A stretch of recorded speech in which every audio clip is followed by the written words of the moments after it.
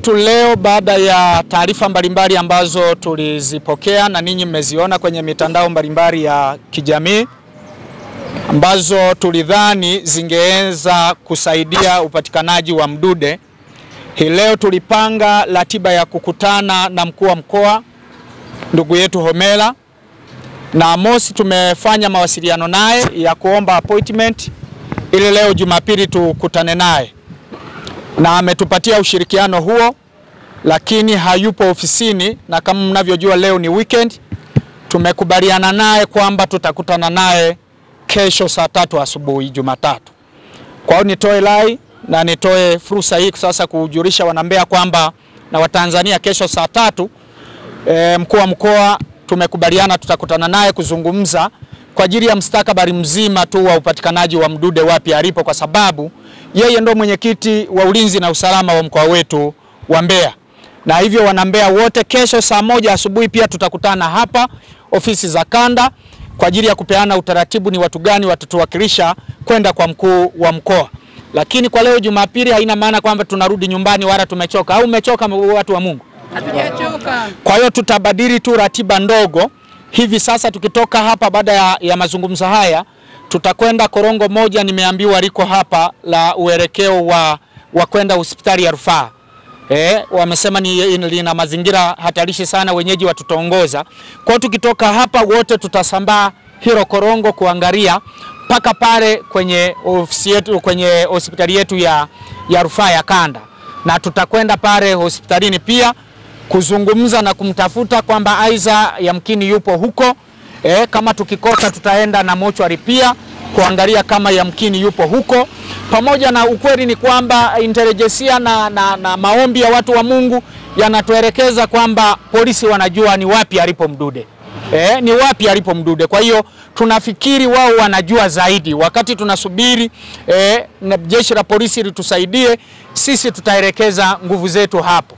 Na kwa kuwa ni Jumapili leo, Wakristo wengi wapo makanisani, baada ya kutoka hapo hatutatumia muda mrefu, tutaelekea kwenye makazi ya Mdude, na pale tutakuwa na maombi kwa ajili ya kumwombea Mdude afya njema huko aliko, lakini kuombea apatikane na Mungu atuonyeshe ni wapi mahara alipo na ashughulike na wale wote ambao wamehusika. Asanteni sana na Mungu awe nanyi.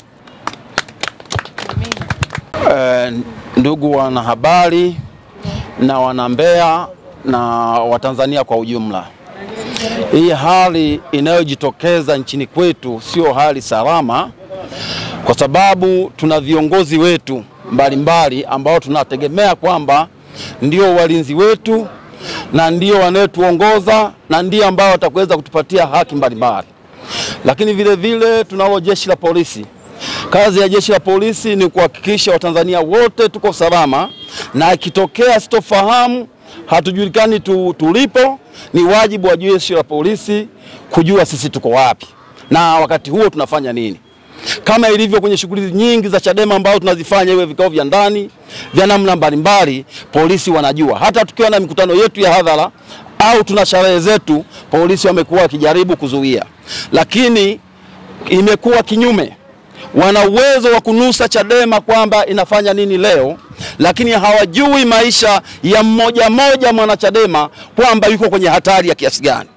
Lakini kitu ambacho kinatushangaza na kinatusikitisha ni pale watu wanapopotea, hawajulikani wako wapi, na jeshi la polisi mpaka leo wamepotea kina Beni saa 8 na watu mbalimbali na vijana wengine wadogo wamepotea, lakini mpaka leo jeshi la polisi halijui wako wapi.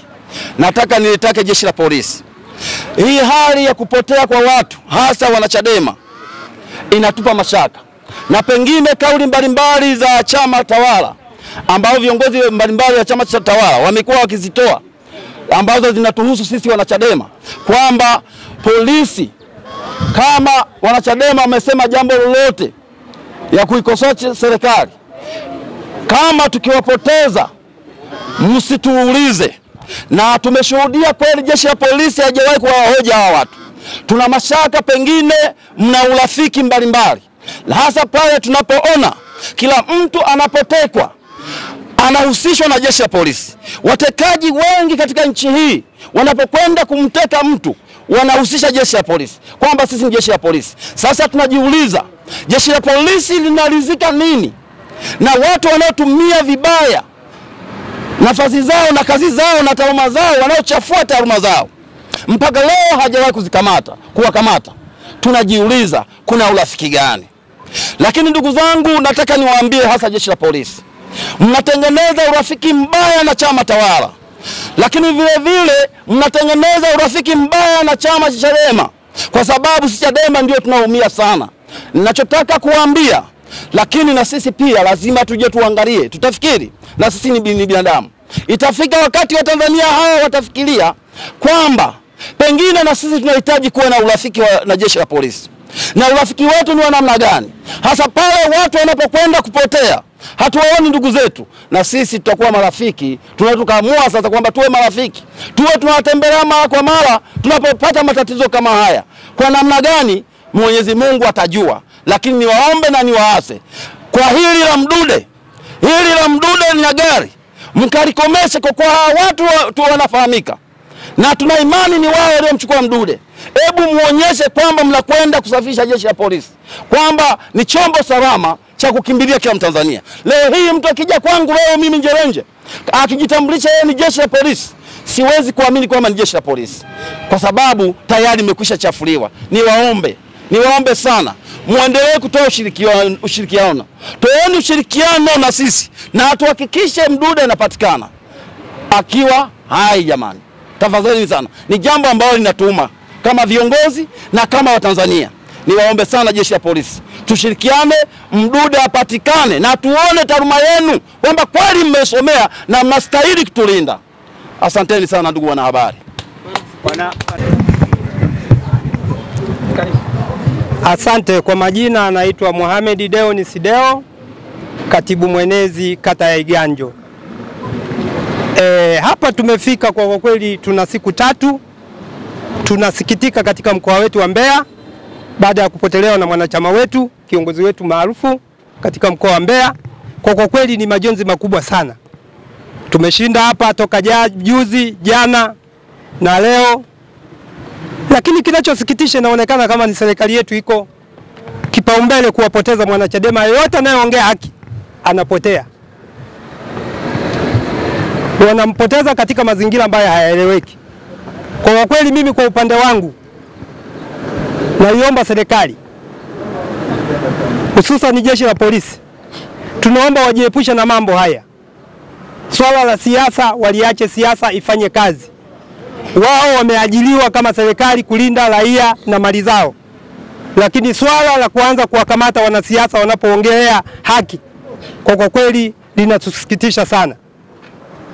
Tutashindwa nchi kuendelea kwa sababu ya swala kama hili. Kwa mtu ambaye hana ushujaa, hawezi kusogea kuongea kwenye vyombo vya habari kwa sababu anajua atapotea. Mimi napenda kupongeza kwa wanachadema kwa siku zote 3 hizi kuonyesha ushirikiano, bali na kuwatia moyo kwa ndugu familia ya kijana wetu huyu ambao wamemteka. Kwa kweli nawapa pongezi sana kwa ushirikiano huu. Napenda kutoa shukrani zangu kwa waandishi wa habari. Tunaomba hizi habari zienee dunia nzima, kwa sababu kitendo cha kutekwa kila mwanachadema anayepiga kelele kupigania haki anapotea. Kwa kweli kinatusikitisha sana. Tunaomba serikali pamoja na mkuu wa mkoa, kesho asubuhi nina uhakika kwamba tutakuwepo hapa ofisini. Kwa wale ambao watabahatika, tutaingia mpaka kwa mkuu wa mkoa atuelekeze ni jeshi gani hilo ambao linakamata watu bila kufahamu yeye. Mimi sina mengi ya kuongea. Naomba wanachadema wote tuwe moyo mmoja. Kesho asubuhi tufike hapa ofisini, tuonyeshe juhudi na kuwatia moyo. Tunapenda kusikitika kwa masikitiko makubwa kabisa ya jeshi la polisi kuwachukua viongozi wetu, aidha wanachama wetu au wananchi wa Tanzania ambao wanaenda kuikosoa serikali kwa mambo ambao ni makandamizo kabisa ya wananchi. Mdude hii ni mara ya 4 sasa anakuwa ni muhanga na muathirika wa jeshi la polisi. Amekuwa akipigwa mara nyingi, amekuwa akiwekwa gerezani mara nyingi. Kwa hili tukio la sasa hivi linatusikitisha. Sisi kama wanawake tunasema tupo tayari kuuawa wote. Tupo tayari kuuawa wote. Tuko tayari kutekwa wote. Tuko tayari kuumizwa wote, kwa sababu ndio talanta ambayo Mwenyezi Mungu alitujalia. Kila mtu Mwenyezi Mungu alimpa kipaji cha kwake. Sisi alitupa kipaji cha kuwa wanasiasa na kuwa wakosoaji kama walivyo Chama cha Mapinduzi. Na sisi tuna haki hiyo ya kikatiba na ya kimsingi kabisa ya kuweza kuishi na kukosoa serikali pale inavyoenda kwa haifanyi vizuri dhidi ya raia ambao inawaongoza. Tunawaasa jeshi la polisi, tunaamini Mdude yuko kwenye mikono yenu na tuna ushahidi huo kwamba Mdude yuko kwenu. Mdude hajatupwa popote, Mdude hajauawa, Mdude yupo hai. Tunamtaka akiwa hai. Tunajua na majeraha makubwa na tuko tayari kama wanawake kuhakikisha tunamkanda maji, kuhakikisha tunanunua pana leo, kuhakikisha chochote mpaka huyu mtoto wa mwanamke mwenzetu awe sawa na awe salama. Kwa mwanamke yoyote anayeweza kupata uchungu na kubeba mimba miezi 9, akapata uchungu wa kwenda kuzaa hospitalini na akalea mtoto kwa majonzi makubwa na uchungu mkubwa kabisa, hawezi kulivumilia swala hili hapa. Hawezi kabisa. Sisi kama wanawake tunasema tutakuwa mstari wa mbele. Kama mtatuteka, mtuteke, kwa sababu mageti yetu sasa hayana thamani. Tunazuia mbu na mbwa tu wasiingie ndani mwetu. Kama jeshi la polisi linavunja milango na kuingia kutukamata ndani, kuna kitu gani kimebakia? Kwa hiyo sisi tunamtegemea Mwenyezi Mungu. Hatutaacha kusema kweli, hatutaacha kutetea nchi hii, hatutaacha kutetea vijana wetu. Kwenye kanda hii ni kijana wa pili sasa aonekane. Tumekaa kimya kwa Dionis Kipanya, hatutakaa kimya kwa Mdude. Tunataka Mdude aonekane mara moja na tunahitaji Dionis Kipanya kama naye yupo hai tunamtaka hai. Maana tumechoka na Mdude yupo hai na tunajua alipo. Polisi mnajua Mdude alipo. Tunamtaka Mdude akiwa hai. Kwa majina naitwa Madenge Mswaga Simba, mwana Chadema. Tumetoka hapa jana, tumeelekea kwa Afande RCO kwenye ofisi za polisi mkoa wa Mbeya. Kwa Afande RCO tukafika pale, tulienda wanachama na wananchi wengi sana, tulikuwa na matembezi ya amani kabisa. Tukafika pale kwenye ofisi za jeshi la polisi za mkoa wa Mbeya, tukapokelewa na mapolisi waliopo pale. Lakini baada ya mapolisi waliotupokea pale, tukawaambia tuna shida na Afande RPC. RPC akasema ametoka, tuwasiliane na RCO. Lakini kwa matokeo mazuri tulibahatika kukutana na Afande RCO. Tulikuwa tumeongozana na wanachama baadhi pamoja na mke wa Mdude na wananchi wachache, tulienda kuwakilisha kile kikao na Afande RCO. Tuliongea na RCO tukamweleza kwamba tumekuja kupata ripoti zenu kama jeshi la polisi, mmefikia wapi zidi ya kumpata ndugu yetu Mdude. Afande RCO alituambia kwamba hawajapata taarifa yoyote.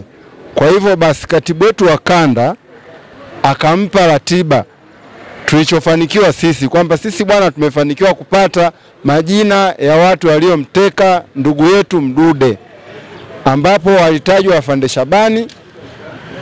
Afande RCO akasema amfahamu. Afande akasema hamfahamu.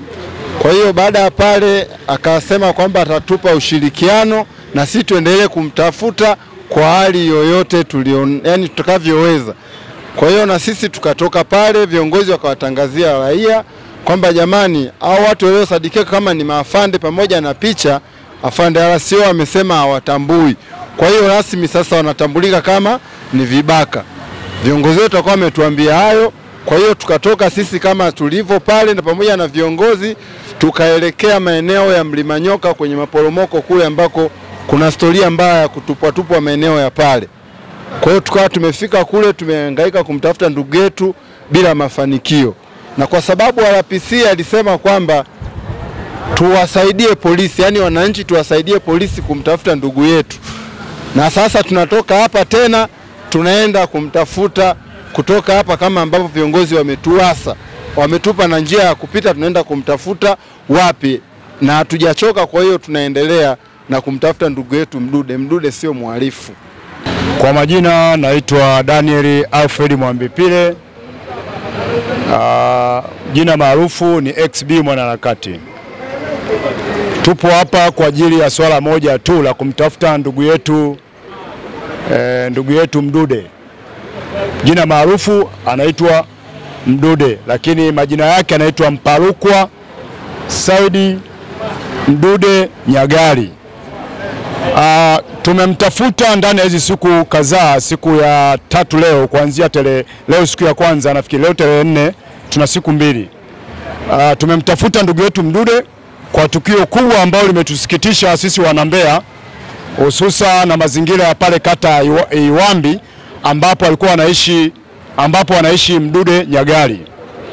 Pamoja na kwamba jeshi la polisi limekana kwamba haliwatambui hawa watu ambao walihusika kupanga mipango na njama za kwenda kuvamia nyumba ya Mdude na hatimaye na kumshambulia na vitu vizito na kuondoka naye, sisi kama wakazi wa jiji la Mbeya tukishirikiana na mkoa wa Songwe tunasema ya kwamba waliomkamata Mdude, waliovamia nyumba ya Mdude na kumteka Mdude ni jeshi la polisi la Mbeya kwa vielelezo vifuatavyo.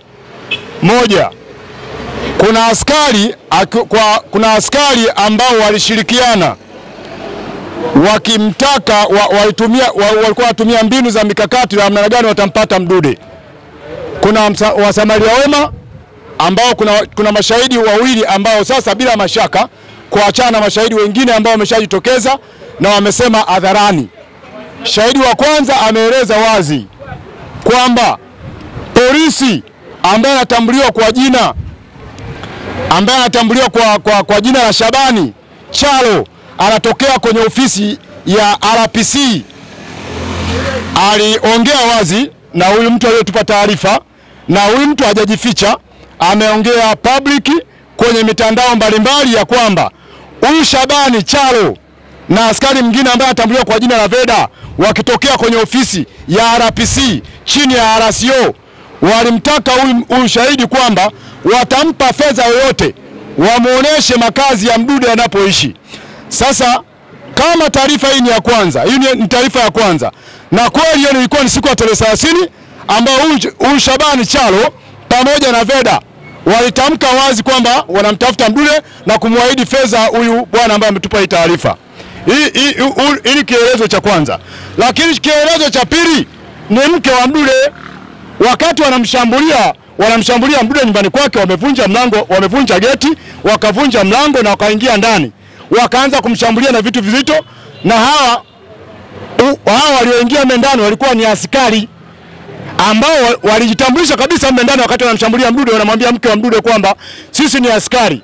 Kwa hiyo RCO mkoa wa Mbeya hakwepi, RPC mkoa wa Mbeya hakwepi. Waliovamia nyumba ya Mdude ni askari polisi wakitoka kwenye ofisi ya RCO. Sasa sisi kama wana Mbeya na watu wote ambao tumesundikwa hili swala, tunamtafuta Mdude, lakini hatuna macho ya kupepeza. Moja kwa moja ofisi ya RPC Mbeya tunamtaka Mdude. Polisi wako ndio walioshiriki kumkamata Mdude. Hatutaki kupepesha mambo. RPC na RCO Mbeya mjini tunamtaka Mdude kwa sababu taarifa za wazi zimesema, amesema yule kijana kwamba Vedastus pamoja na Shabani Chalo ndio waliokuja fani ni wanamwambia huyu mwanamchi wetu na mkazi wetu hapa na ni mwanachama kwamba wao walikuwa wanataka kumpa fedha ili sasa wakaone makazi ya Mdude. Hiyo ni tarehe 30. Tarehe 2 tukio limetoka. Kwa hiyo sisi kama wana Mbeya tunashirikiana na mkoa wa Songwe tunamtafuta Mdude, lakini kwa bahati nzuri kuna vitu viwili tu. Hawezi ukadanganya, hawezi ukamkwepa Mwenyezi Mungu na hawezi ukamkwepa mtandao. Tunamjua Mdude alipo kwa sababu taarifa zipo wazi na mlivamia kwenye ile nyumba. Kwa sisi kama wana Mbeya mkoa wa Mbeya tunamtaka RPC na RCO, polisi wake ndio waliohusika kuvamia nyumba ya Mdude na kumchukua Mdude, kwa sababu investigation haina haja muda kupoteza muda. Investigation ya wazi. Mmepewa mtu anaitwa Shabani Chalo, huyo ni askari wenu, hamjachukua hata hatua yote kuchukua namba kumsearch, na picha zake na sura yake ametupwa mitandaoni. Hamwezi kukwepa hili. Mdude amevamiwa na askari kwenye nyumba yake, akiwemo Shabani Chalo pamoja na huyu mwingine anaitwa Vedastus. Kwa hiyo sisi kama wanambeya tutaendelea kumtafuta na tunashirikiana na mikoa mingine yote. Tutaungana, hatutachoka. Hatusikii njaa yetu mpaka pale tutakapomkuta Mdude. Iwe mtu kufa au kuwa hai. Papers or no papers, borders or no borders, mpaka Mdude leo mpatikana. Kwa hiyo wananchi wote tutaendelea kumtafuta Mdude, na leo hii tunakuendelea kumtafuta Mdude. Sisi kama wakazi wa Mbeya pamoja na Songwe tunasema Mdude amekamatwa, ametekwa na askari, na askari hawana kinga. Askari yote anatambulika pale askari pindi anapotumia majukumu yake ya kiaskari, pamoja kwa sababu kuna miongozo ya kiaskari pamoja na sheria zile za maelekezo ambazo zinatoka kwenye ofisi ya IGP, PGO, Police General Orders. Kama wazifuate, askari wote akivunja sheria huyo ni jambazi, sio askari. Kwa hiyo sisi tuendelee kuwatafuta kama majambazi mpaka pale Mdude atakapopatikana.